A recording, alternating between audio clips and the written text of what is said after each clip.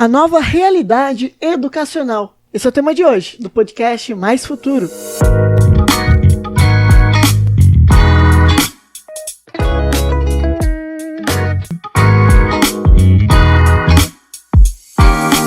Olá, meu nome é Lucas. Meu nome é Gustavo, seja bem-vindo ao podcast Mais Futuro, Desconstruindo Jornalismo. Mas antes, já segue a gente aqui nas plataformas de podcast, se inscreva no nosso canal aqui do YouTube e não se esqueça de seguir a gente nas nossas redes sociais. Pois é, e lá no portal futurolivre.com tem uma matéria especial sobre o tema de hoje, a nova realidade educacional, Gustavo. Pois é, Lucas, hoje a gente vai falar sobre isso, a nova realidade que estamos passando agora, e tem muita coisa que já aconteceu nessa nova realidade. Pois é. Em abril, um caso chocante chamou a atenção do Brasil inteiro. Vocês vão lembrar dele. 26 adolescentes tiveram, ao mesmo tempo, uma crise de ansiedade. O caso foi numa escola estadual de Recife, no Pernambuco. Pois é. A OMS, a Organização Mundial de Saúde, alerta que 18,6 milhões de brasileiros são afetados, Gustavo, pela ansiedade. É um número assustador, né? E de repente, ao mesmo tempo, 26 crianças, foi notícia, chegou a ser uma repercussão até internacional. Pois é, Lucas. Em Aparecida de Goiânia, em Goiás, um adolescente foi apreendido após suspeita de um plano de atentado em escola. Uma coisa que está, infelizmente, acontecendo recorrente. Ultimamente, a gente está tendo vários casos por aí. Não só a ansiedade que está atacando, mas, infelizmente, está tendo vários casos de atentado nas escolas. Então, vários casos, até uns bem recentes. Pois é. No banheiro dessa escola apareceu pichado, o banheiro da escola apareceu pichado com uma frase, abre aspas, massacre no dia 4 de abril de 2022, fecha aspas. Foi o que estava lá no banheiro da escola, nesse caso que o Gustavo está comentando. E até coisas que eu mesmo já vi nas redes sociais, de escolas filmando, pessoas brincando com uma situação dessa. Tem coisas, pessoal, que são verdades, mas tem coisas que estão circulando na internet que são brincadeiras. Aí coloca lá na lousa, a data, atentado, tal. Então, é uma coisa que também tem que se pensar, tem que tomar muito cuidado. Brincadeira tem limite, né? É. Uma ameaça de ataques também foi identificada em Campo Grande, Mato Grosso do Sul. O eventual massacre que ocorreria envolvendo... Essa história é uma história muito, muito interessante que o Gustavo vai contar agora lá do Mato Grosso do Sul, que é só mais um caso que é bem complexo, né, Gustavo? É. Essa ocorrência envolvendo alunos e professores foi avisada através de papéis que foram espalhados pelo colégio, além de um aviso no banheiro. O caso ocorreu no início de maio. Mais um caso deste ano, mais uma história. Agora, olha essa. Em São Paulo, um aluno de 13 anos de idade, esfaqueou um colega em março. A diretora disse que o caso não foi bullying, mas sim um atentado.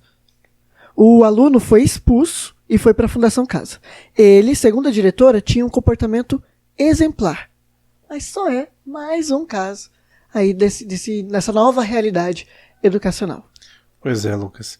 Há registros também de atentados em escolas no Rio Grande do Sul, Santa Catarina, Rio de Janeiro e entre outros estados.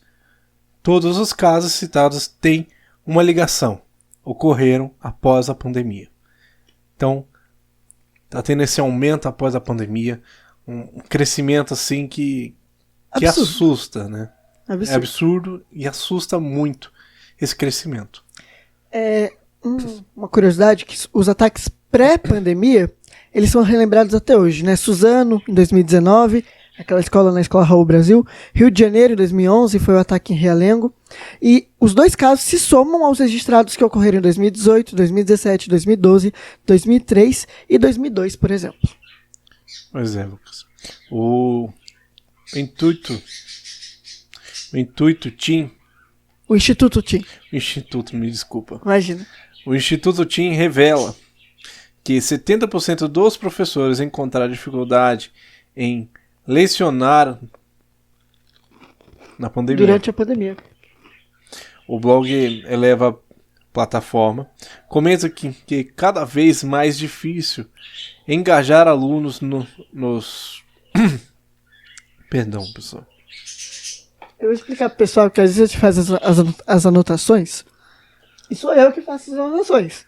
Então a minha letra não é a melhor letra do mundo, então a gente ensaia aqui, ajuda, mas quando a gente faz as nossas anotações acaba confundindo um pouco. Quer que eu tente? Já consegui aqui. Vai lá, então vamos lá.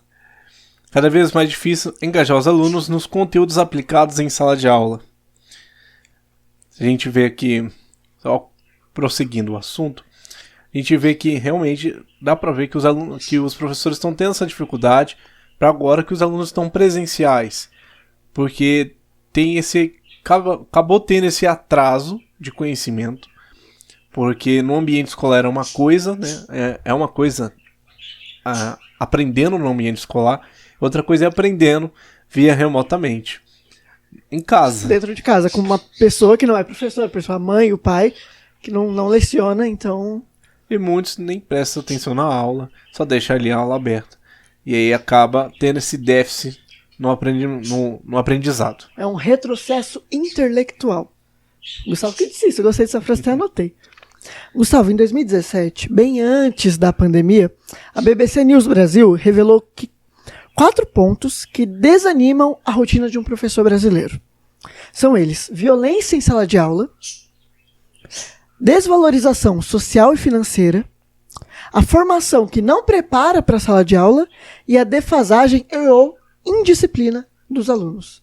Então são 4 pontos que já prejudicavam em 2017, antes da pandemia. Depois da pandemia, então, só foi um acréscimo, né?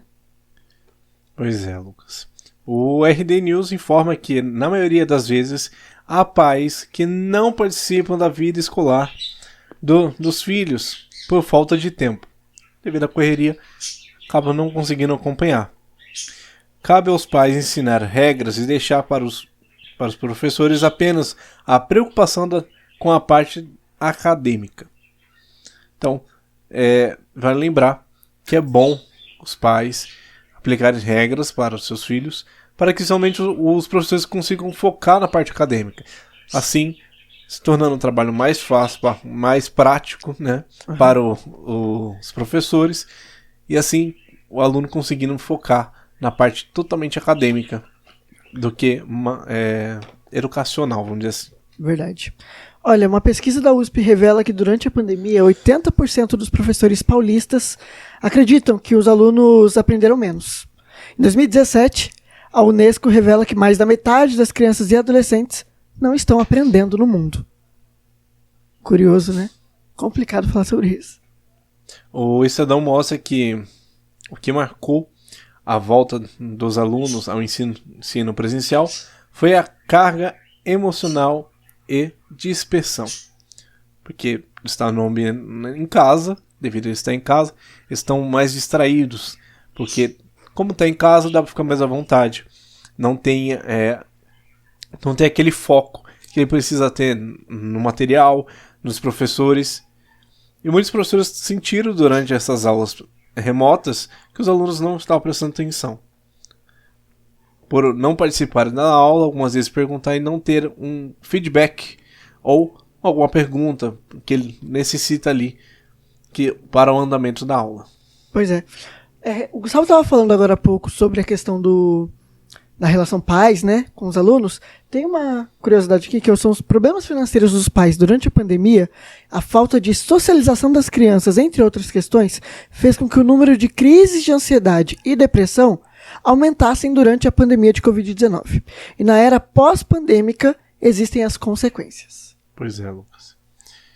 Além disso, temos o currículo escolar. Complicado, hein? O currículo escolar de 2016 tem problemas em português, matemática e história. O Ministério da Educação, na época, alterou o texto sobre a língua portuguesa, após receber 9,8 milhões de sugestões. As informações são do O Globo. 9,8 milhões de sugestões para fazer uma mudança. Uma pequena parte das pessoas pedindo para fazer essa alteração. Quase ninguém se manifestou sobre algum erro ali, né? Porque o currículo escolar, pessoal... Foi uma ironia, tá, gente? Não tem que explicar hoje em dia, tudo tem que explicar na internet. Porque o currículo escolar é algo que não é desde 2016 discutido, é algo muito tempo sendo discutido. Porque ele é desatualizado totalmente. É um currículo de... Não tem essa data agora, mas é um currículo muito antigo. Ele é defasado, né? Ele não é novo. E aí isso acaba atrapalhando no conhecimento, no ensinamento dos alunos. E aí acaba não prosseguindo, acaba tendo esse desencontro de informações, né? Desculpa. Desencontro de informações e acaba atrasando. Muitas vezes a gente vê algumas matérias que não têm utilidade, quer dizer, partes das matérias, não a matéria em si, mas algumas partes de algumas matérias que não têm a utilidade para o dia a dia, para o ensinamento mesmo, que não vai trazer acrescentual na vida acadêmica da pessoa. O ensino fundamental, ele está muito, muito restrito, né? Ele ajuda realmente a melhorar a vida da pessoa, o desenvolvimento daquela criança, daquele jovem. Porém, a gente não tem educação financeira, não tem direito básico, não tem uma aula de psicologia, por exemplo, ou até mesmo uma aula de jornalismo. Não existe. Primeiros socorros, é muito difícil de se encontrar numa escola. Ensinamentos de primeiros socorros, como proceder, enfim.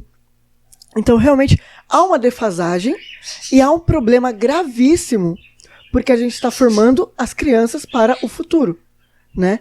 Então, a criança vai aprender lá no ensino médio, vai no ensino fundamental para o ensino médio, ela vai aprender seno, cosseno, tangente, vai aprender... acho que eu falei certo. Vai aprender a fórmula de Bhaskara, vai aprender um monte de coisa, o nome inteiro do Dom Pedro I, se quiser, vai aprender. O problema é onde é que ela vai usar isso? Em que momento que ela vai utilizar isso na vida dela? Né? Ela aprendeu pelo menos os primeiros socorros? Ela aprendeu uma educação financeira, um empreendedorismo, aula de ética, talvez? Né? É muito complicado porque não existe isso. Existe muita teoria, existe pouca prática. E isso faz com que a criança não fique interessada pela aula. Você vai querer que a criança se interesse por uma aula onde o professor vai passar um texto de 4 ou 5 páginas. Né? Não que esteja errado, mas aonde está o interesse daquela criança sobre aquele assunto para o futuro dela? Isso é se pensar. O problema grande é que falta matérias, vamos dizer assim, que vão ser adicionadas na vida pessoal dela, que ela vai utilizar fora da escola. Porque algumas coisas que são ensinadas vão ser utilizadas, sim, na vida dela. Só que se você for comparar com a quantidade de conteúdo que ela recebe todo esse tempo que ela, na vida acadêmica, o que ela realmente vai usar é uma pequena parte. Como você falou, aula financeira é uma coisa que deveria ter.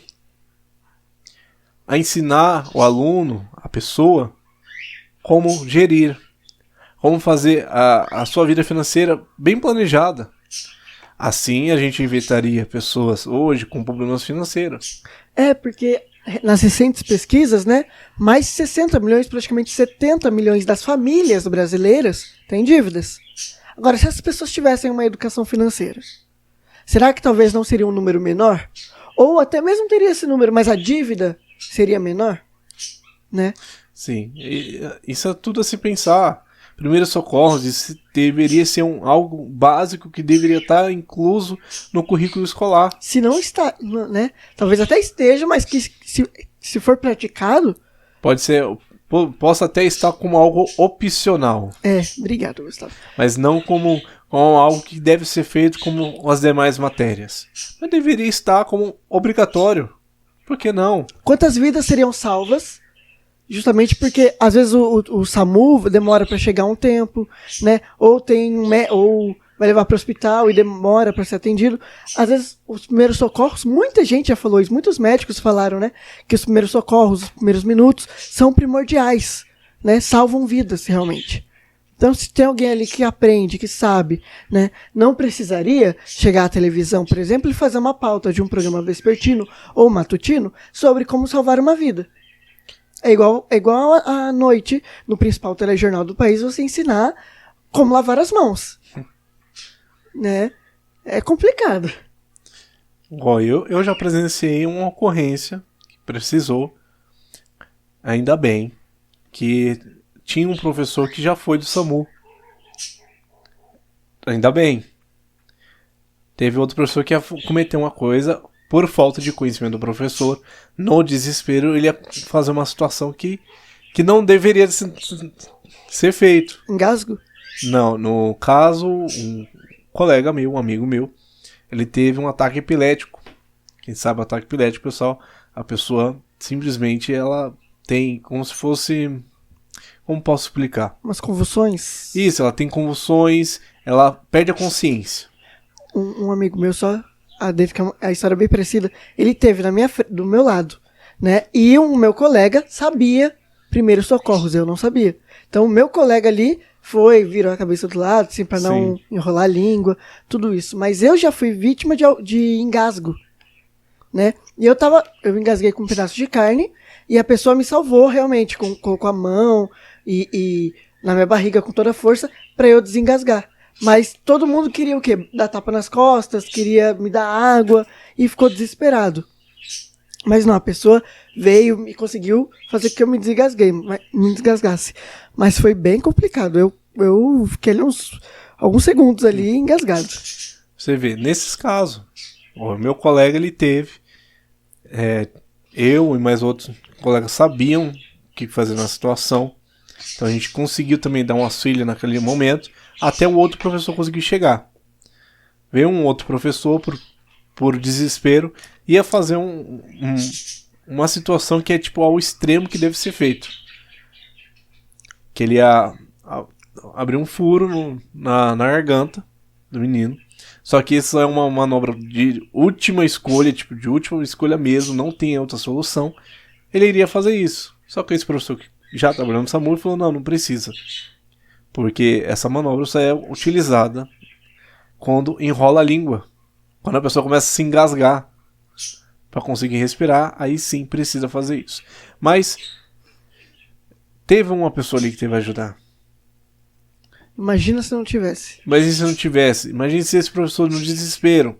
Foi no desespero dele, não foi pela maldade. Por maldade. Foi pro desespero dele mesmo.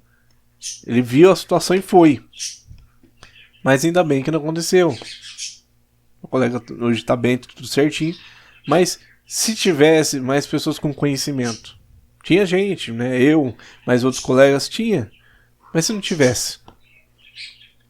Eu uso desse pressuposto que o Gustavo falou em relação à ansiedade. No caso da escola, por exemplo. 26 alunos. A diretora chamou o SAMU, nesse caso. O diretor, não me recordo agora, mas chamou o SAMU para os alunos.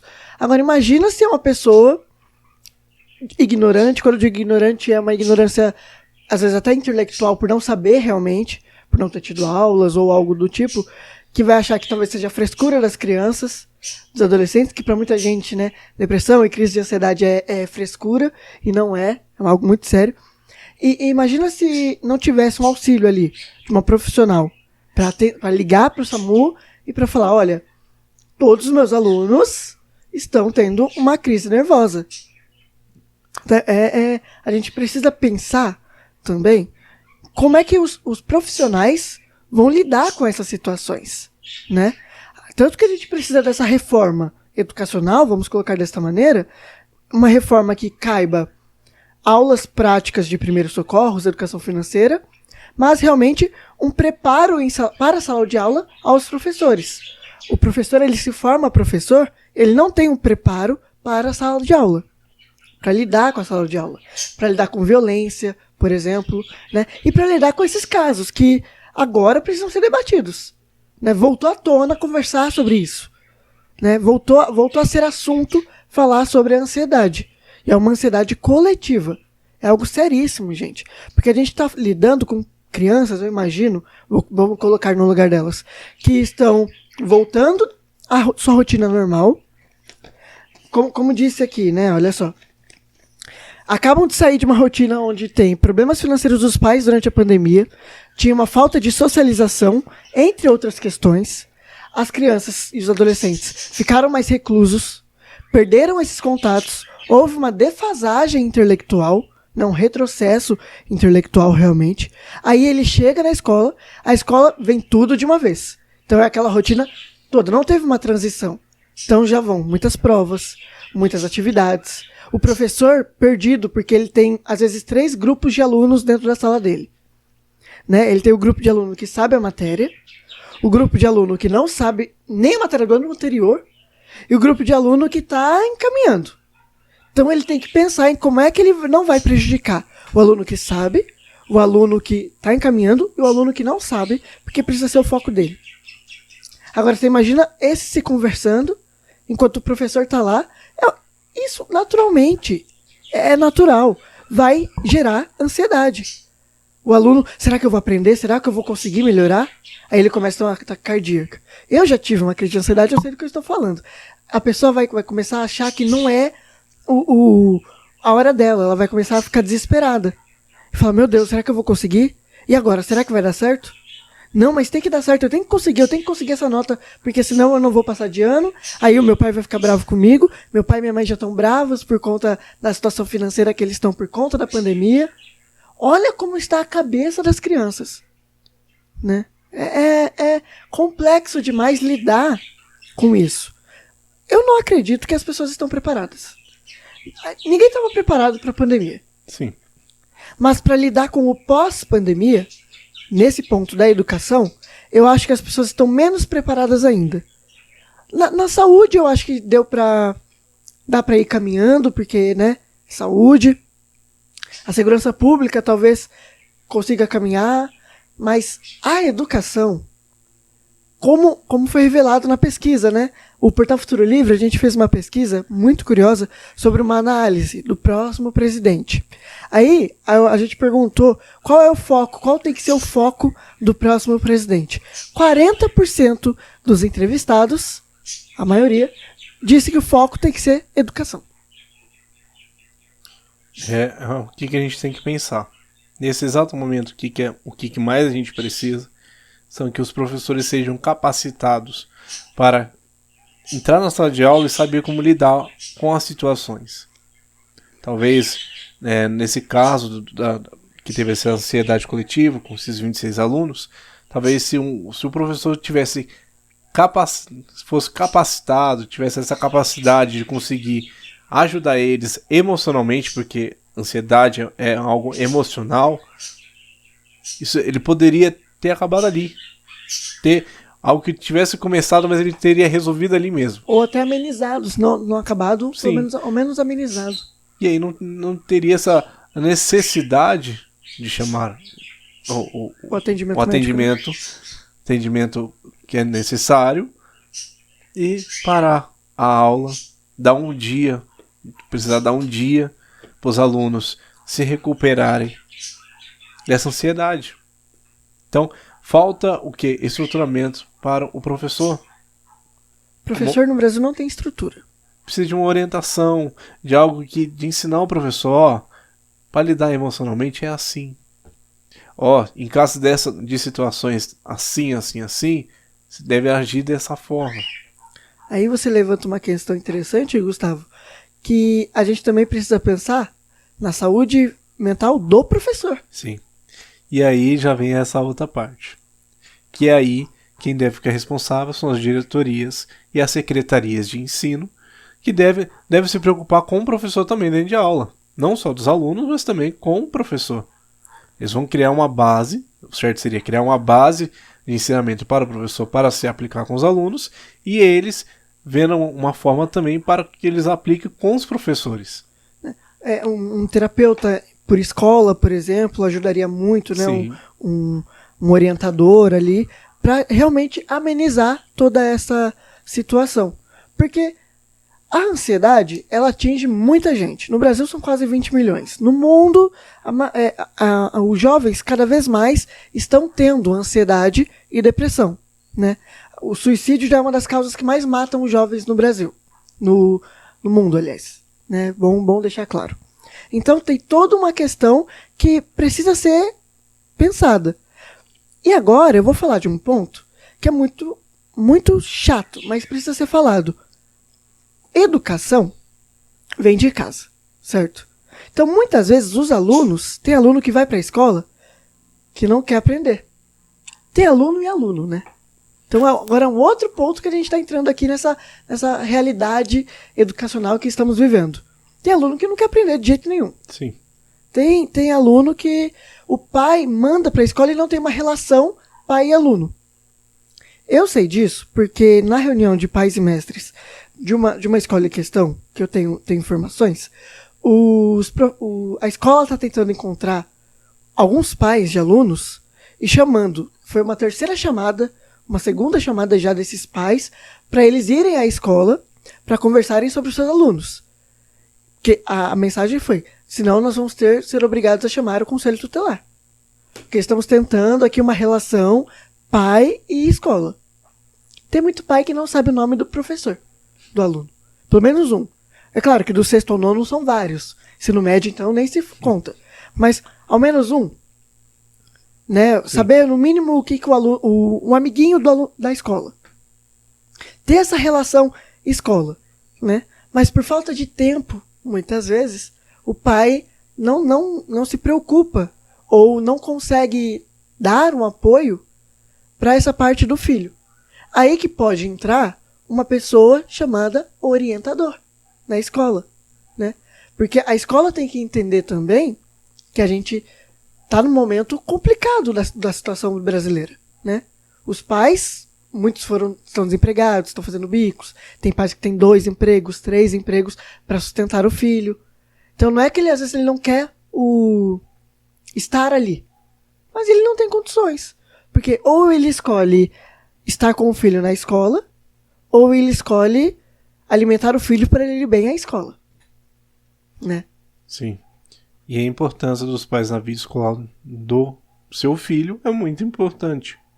Porque assim, até a parte da ansiedade ajuda bastante. O fato de seu filho chegar em casa e você perguntar como foi. Só o fato de você perguntar como foi, isso já ajuda muito. Você parar e ouvir ali 5 minutinhos ele falando: aconteceu isso, teve isso, foi feita uma atividade assim. Isso ajuda muito. Além de melhorar a conexão pai e filho, faz com que o filho se sinta mais acolhido. Sim. Né? E aí, ouvido, na verdade. E aí faz que não tenha essa ansiedade. Muitas vezes a ansiedade pode ser resolvida dentro de casa. Umas vezes ele tá ansioso por alguma coisa, já tem essa ansiedade dentro dele, e muitas vezes o pai vai lá, ouve e fala: não, calma, é assim. E isso resolve, isso ajuda. Então é uma coisa que a gente que precisa ser feito. Tem a área escolar que deve ser feita, mas também temos a outra parte que temos também analisar e cuidar para que as duas partes venham sempre estar em harmonia, vamos colocar assim, e possam os dois caminhar junto, um ajudando o outro. Assim, não precisa desse caso de ter várias chamadas para os pais e no ambiente escolar, muitas vezes realmente não dá, mas não ter essa necessidade de ficar sempre chamando os pais, falar: precisa vir, eu preciso conversar com você, preciso falar como está seu filho, como está o andamento escolar dele. É importante ficar a par disso. Então, tendo esse acompanhamento dos pais com a vida escolar do filho, melhora em tudo.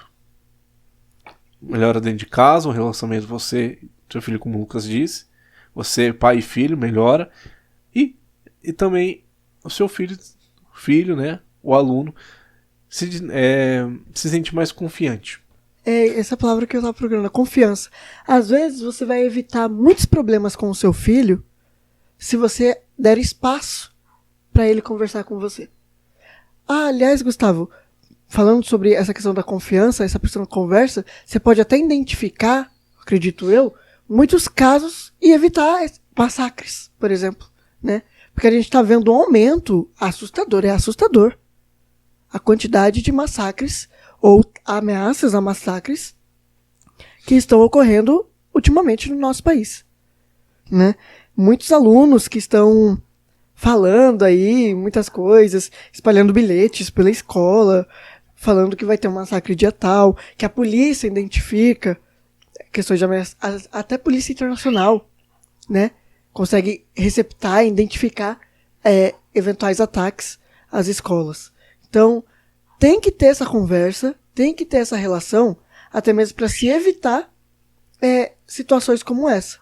Porque, será que não dava para evitar ameaças? Será que essa criança ela não estava fazendo isso? É uma suposição, né? Para chamar a atenção, porque ela está passando por algum problema? Sim. E vale também lembrar que os pais sempre acompanhar, sempre ficar de olho no filho. Além do ambiente escolar, no dia a dia dele, no que ele faz. A internet também é outro ponto também que deve ser colocado. Tá olhando também o que ele acessa, o que ele entra. Isso ajuda bastante. Da situação de Suzano, especificamente dessa escola, desse atentado da escola, que parou o Brasil por esse caso. Foi chocante. Foi chocante. Escola Raul Brasil. Mas você vê, se tivesse um acompanhamento dentro da escola mesmo, isso foi antes da pandemia, muito antes, mas se tivesse esse acompanhamento, se tivesse um orientador escolar, se você vê, são vários pontos que poderiam existir, que poderiam estar ali para resolver, não tem. Situações como na escola de 2011, se eu não me engano, no Rio de Janeiro, lá em Realengo, se eu não me engano, o caso é esse, o rapaz ele já estudou na escola antes e ele entrou para atacar. Ou seja, ele já vinha com problemas daquela escola de anteriormente. Então hoje, se não houver uma orientação, se não houver uma ajuda aos alunos que estão atualmente nas escolas, se não houver uma identificação, desde já, de potenciais, talvez, pessoas que têm algum problema e que queiram usar isso contra a escola ou contra outros alunos no futuro, se não houver isso, lá no futuro nós vamos estar noticiando, vocês vão estar lá no Portal Futuro Livre vendo uma manchete, né, uma notícia de capa de mais um atentado na escola de um ex-aluno, por exemplo, né, que pode ser evitado.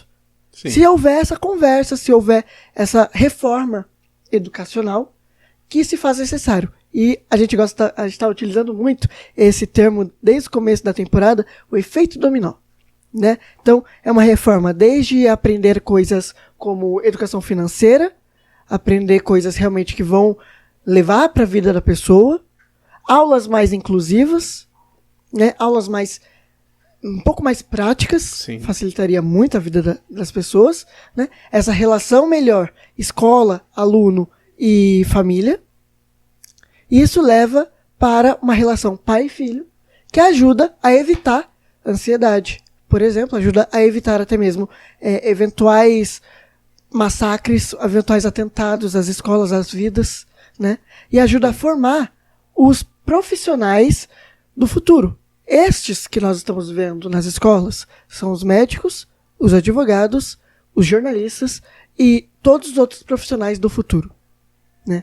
Como estamos lidando com eles? O que estamos fazendo com eles? E formando também pessoas com a parte emocional muito mais forte. É uma coisa que a gente analisa muito ultimamente. Pessoas com emocional extremamente abalado, muito frágeis, a ponto de a qualquer momento se romper. Um último adentro. Eu sei que estou estendendo um pouquinho, mas talvez uma educação social. A sociedade não pode acreditar, por exemplo, que depressão é frescura. Ou que a ansiedade é brincadeira, né? O conhecimento sobre esses assuntos muitas vezes evita muita coisa de acontecer. Evita muita coisa. Vocês não têm noção do quanto evita o conhecimento sobre depressão e ansiedade. Evita muito, e o conhecimento ajuda muitas pessoas. E muitas vezes até procurar pessoas especializadas. Pessoas que realmente estão ali que vão ajudar. E não muitas vezes falam assim, isso é frescura. Isso é bobagem. Ah, isso aí passa. Às vezes de só ali falar, não, peraí, não, eu conheço uma pessoa, vou te ajudar. Não, Eu sei quem pode te ajudar. Eu vou te ajudar. Então, isso facilita e ajuda muitas pessoas. Em todos os sentidos, pessoal.